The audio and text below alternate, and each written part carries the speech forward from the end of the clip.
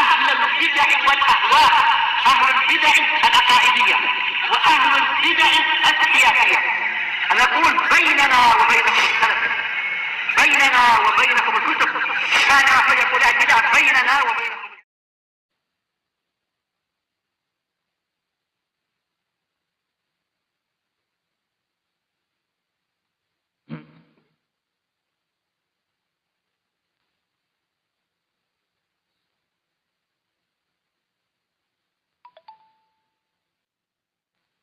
Bismillahirrahmanirrahim. Alhamdulillahi hamdan katsiran thayyiban mubarakan fihi kama yuhibbu rabbuna wa yardah. Asyhadu an la ilaha illallah wahdahu la syarika lah wa asyhadu anna Muhammadan abduhu wa rasuluh sallallahu alaihi wa ala alihi wa ashabihi ajma'in, amma ba'd. Kita masih pada pembahasan syurutul bai', syarat-syarat jual beli, di mana kita baru mengambil 3 syarat yang disebutkan oleh Imam As-Sa'di rahimahullahu ta'ala. Apa saja itu, Aba Ilyas? Yang pertama ridha,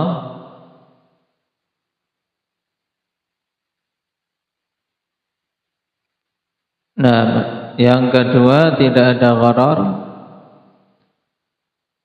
dan ketika tidak ada jahalah, atau dengan kata lain, untuk syarat yang kedua harus maklum, harus diketahui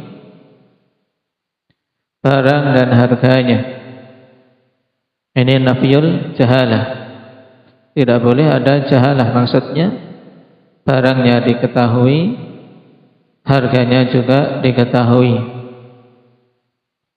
Kemudian barang mampu diserahkan oleh pihak penjual, sebagaimana pula harga mampu diserahkan oleh pihak pembeli. Baik. Sekarang kita masuk pada syarat yang keempat. Qala al-Imam Sa'di rahimahullahu ta'ala wa an yakuna al-'aqidu malikan lisyai' aw ma'dzunan lahu fi.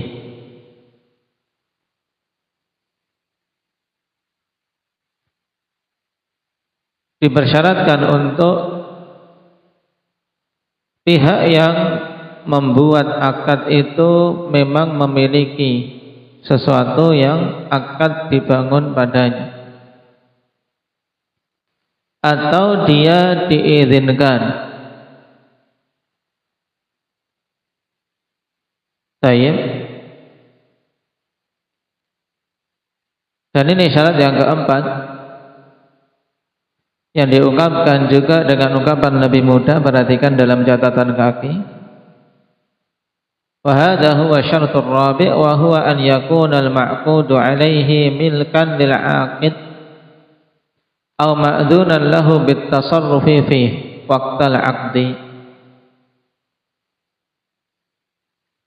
min malikihi. Syarat yang keempat yaitu al-ma'qud alaih. Al-ma'qud alaih yaitu apa? Perkara yang akad itu dibangun atau dibuat atasnya, berarti barang. Nah, ma'qud alaih maksudnya apa? Barang ya. Atau kalau itu ijarah ya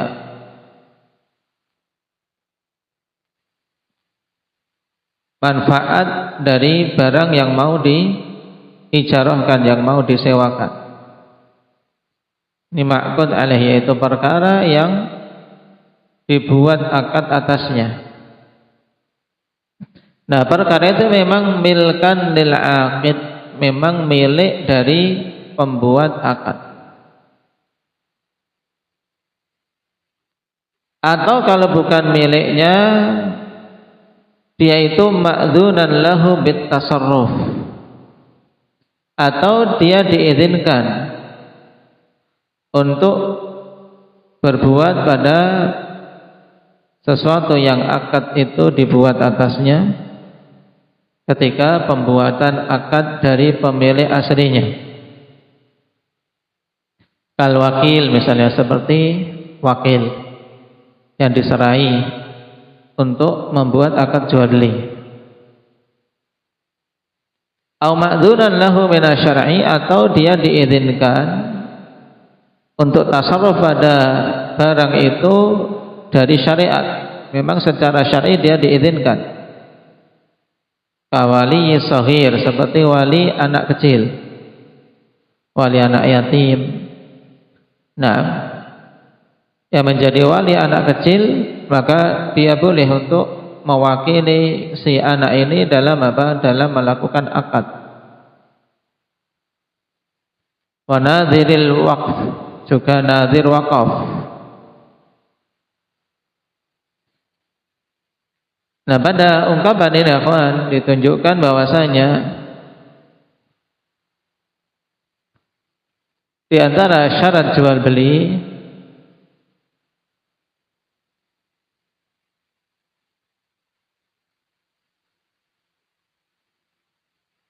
dipersyaratkan bahwasanya pihak yang membuat akad itu memang betul-betul pemilik dari sesuatu yang akad itu dibuat dan mampu menyerahkannya, atau kalau dia bukan pemilik, dia memiliki wewenang dengan izin secara syar'i atau izin dari pemilik asli.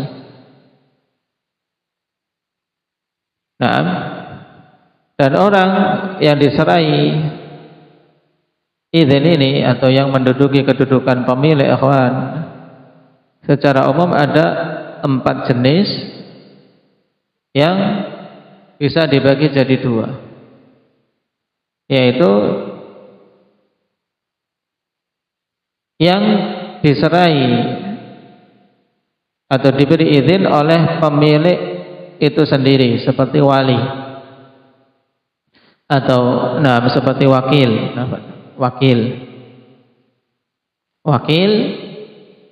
yang diserai amanah, yang diserai perwakilan, seperti biasanya agen-agen dalam istilah kita. Agen itu kedudukannya sebagai wakil, dia menduduki kedudukan penjual dengan izin dari penjual. Saya al-wakil itu yang diberi izin oleh malik, oleh pemilik barang untuk melakukan akad.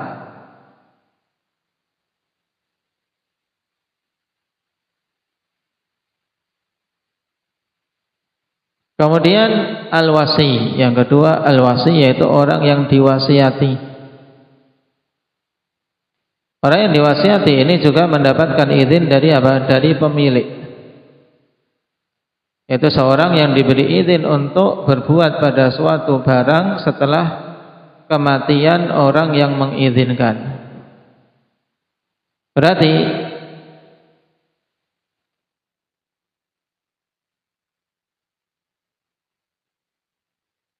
orang yang mendapatkan izin dari pemilik ikhwan yang berkedudukan sebagai wakilnya ada 2 jenis, yaitu yang pertama al-wakil, yang kedua al-wasi.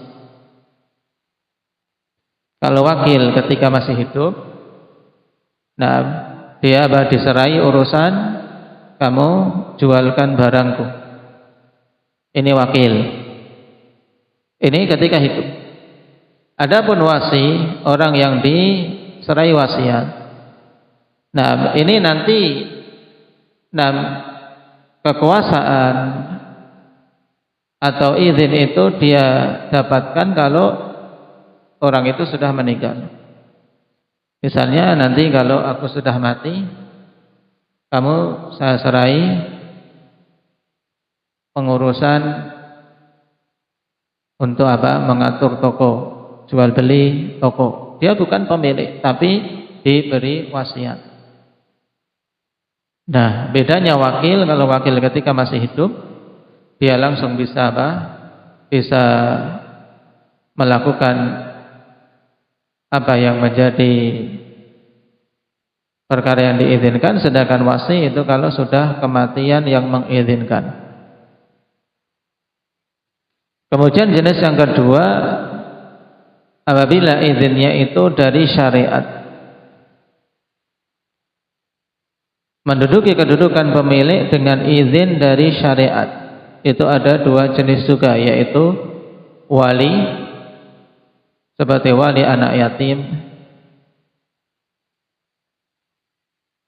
atau wali hakim atas suatu harta yang tidak diketahui pemiliknya. Nah, ada harta-harta pada sebagian tempat tidak diketahui pemiliknya siapa. Maka di situ, taib dikembalikan ke wali hakim.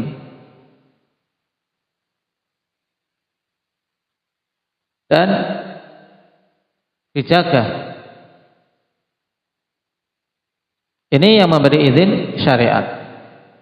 Dan tidak boleh kemudian dia digunakan untuk kepentingan pribadi, tidak.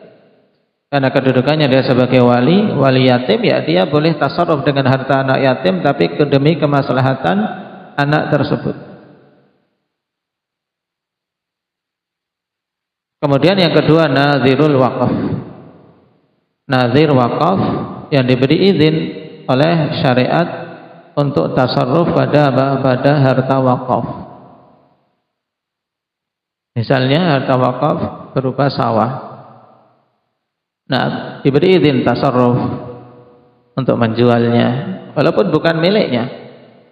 Nah, karena harta wakaf kan bukan milik orang per orang, tapi diserahkan kepada sesuatu yang wakaf itu diarahkan untuknya. Nah, baik. Maka dari sini kita ketahui bahwasanya suatu akad harus ada pemiliknya atau yang menduduki kedudukan pemilik. Seperti apa? Seperti 4 golongan tadi: wakil, wasi, wali, kemudian nazirul waqaf. Nah, dalil untuk hal ini dalam masalah jual beli apa? Perhatikan di hadis Hakim bin Hizam radhiyallahu anhu qala: Ataitu Nabiyya sallallahu alaihi wasallam faqultu ya'tini ar-rajulu yas'aluni minal bai' ma laysa 'indi abta'u lahu min as-suqi thumma abi'uh qala la tabi' ma laysa 'indak. Ini surah yang sangat jelas, kawan. Hakim bin Hizam bertanya kepada Nabi sallallahu alaihi wasallam. Aku mendatangi Nabi sallallahu alaihi wasallam, kemudian aku bertanya, yang datang kepadaku seorang laki-laki, minta kepadaku, untuk menjual sesuatu yang aku tidak memiliki. Dia ingin beli, tapi apa? Aku tidak punya barang tersebut, aku tidak punya. Maka hakim bertanya, apakah aku membeli untuk orang itu dari pasar kemudian aku menjualnya? Nah, dengan memposisikan tadi apa? Seakan-akan punya. Karena tadi nggak punya, kemudian aku carikan ke pasar, kemudian aku jual kepada orang itu. Maka Nabi sallallahu alaihi wasallam kemudian mengatakan, la tabi' ma laisa 'indak. Jangan kamu menjual barang-barang yang engkau tidak memiliki. Nah, kalau memang tidak ada, bilang tidak ada. Baik. La tabi' ma laisa 'indak. Jangan kemudian tidak ada barang sini, harganya sini, baru kemudian dicarikan. Nah, ini tidak benar. Nah, karena Nabi sallallahu alaihi wasallam mengatakan la tabi' ma laisa 'indak. Jangan engkau menjual barang-barang yang engkau tidak memilikinya. Hadits akhrajahu Abu Dawud wa Tirmidzi wa Nasa'i wa Ibnu Majah wa qala Tirmidzi haditsun hasan. Dan hadis ini akhwan, taib, ada padanya illah berupa inqita' antara Yusuf bin Mahik dan Hakim bin Hizam. Akan tapi datang penguat sebagai syawahid untuknya sehingga bisa naik pada tingkatan sahih li ghairi. Seperti hadis Abdullah bin Amr bin Al-As radhiyallahu anhuma, di mana Rasulullah sallallahu alaihi wasallam mengatakan, la yahillu salafun wa bai'un wala syaratani fi bai'in wala ribhu ma lam yatman. Kemudian wala bai'u ma laisa indak, tidak halal, tidak boleh.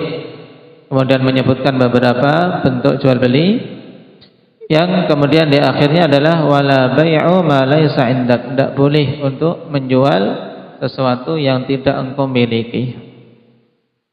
Nah, di sini dilarang menjual sesuatu yang tidak berada dalam kepemilikannya.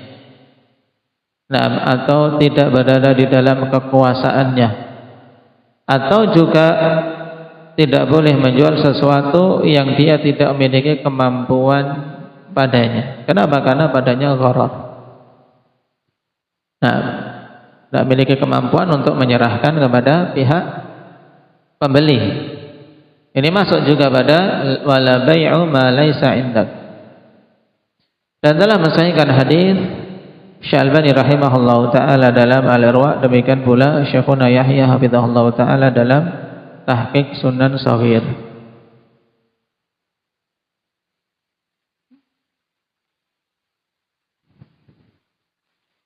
Dan telah dinukilkan ijma' sebagaimana dikatakan oleh Al-Wazir Ibn Hubairah rahimahullah, ittafaqu ala annahu la yajuzu bai'u ma laysa indahu wala fi milkih. Para ulama telah bersepakat bahwasanya tidak boleh menjual sesuatu yang tidak ada di sisinya dan tidak berada dalam kepemilikannya, yaitu sesuatu yang tidak dia punyai, atau sesuatu yang dia tidak punya kuasa padanya. Tsumma yamdi fayashtariyahu lah, kemudian dia pergi membeli barang tersebut, kemudian menyerahkan kepada pihak pembeli. Wa annahu batil, dan bahwasanya demikian itu batil. Jadi surahnya akhwan, kita tidak punya barang, kemudian ada orang yang beli. Saya beli barangnya, kemudian ya mana harganya, mana uangnya, nanti saya antar. Tapi uang dikasihkan, sebenarnya barang tidak ada. Kemudian setelah dapat uang, dengan keuntungannya dia mencari barang di pasar, baru diserahkan kepada pihak pembeli. Maka yang demikian batil berdasarkan kesepakatan para ulama. Cuman dalam masalah ini ikhwan, wa yustathna min hadza syarti bai'us salami bin nas. Dan dikecualikan dari syarat ini yang dikenal dengan bai' salam, dengan nas hadis dari Nabi sallallahu alaihi wasallam.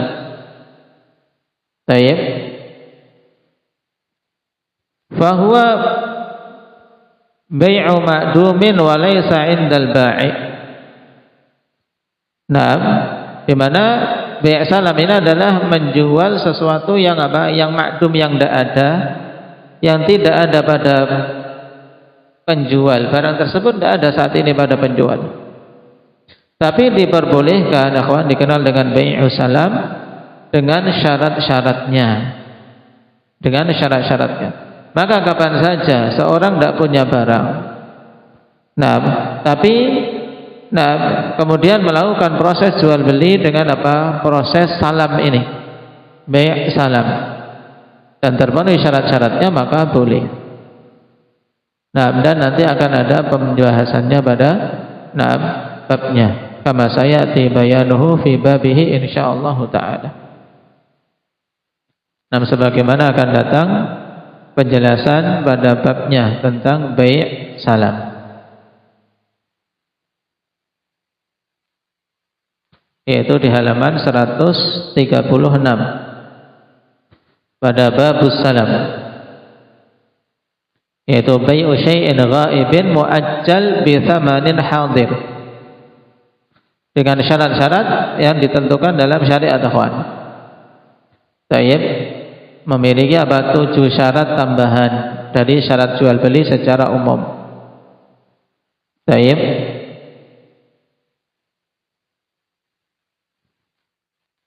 yaitu jual belinya harus dengan sifat, ya, disebutkan sifatnya. Jadi bukan zatnya tapi sifat.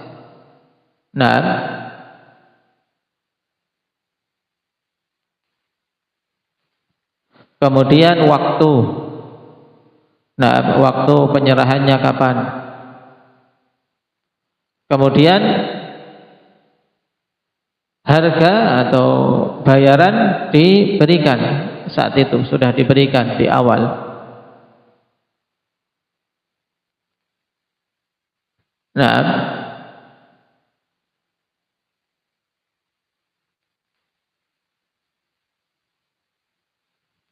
Kemudian penyerahannya itu mausufun fil dhimmah, yaitu yang menjadi tanggungan pihak penjual adalah apa? Adalah sesuatu yang disifati itu, bukan zatnya. Sehingga seandainya dia baru mau menyerahkan, kok sudah mau beli, sudah mau mendatangkan barang, kok rusak, dicuri orang, maka dia mengganti. Karena apa? Karena bukan zatnya yang menjadi tanggungan, tapi apa? Sifatnya tadi. Baik. Jadi ditentukan sifat-sifatnya, kemudian kapan waktunya, penyerahannya, kemudian batasannya, dan insyaallah taala secara detailnya pada bab yang berikutnya tentang babus salam di halaman 136, maka tidak terlalu panjang di sini. Jadi diihalahkan ke sana, antum tulis ungdur safhah 136. Jadi mengihalahkannya ke sana nanti insyaallah.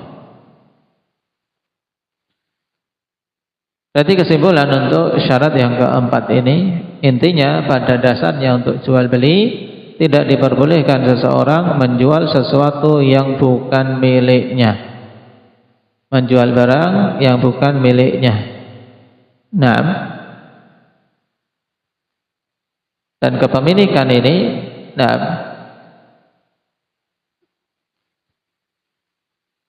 apakah kepemilikan asli itu jelas, atau apa kepemilikan dari sisi wewenang, dia diberi wewenang oleh pemilik asli.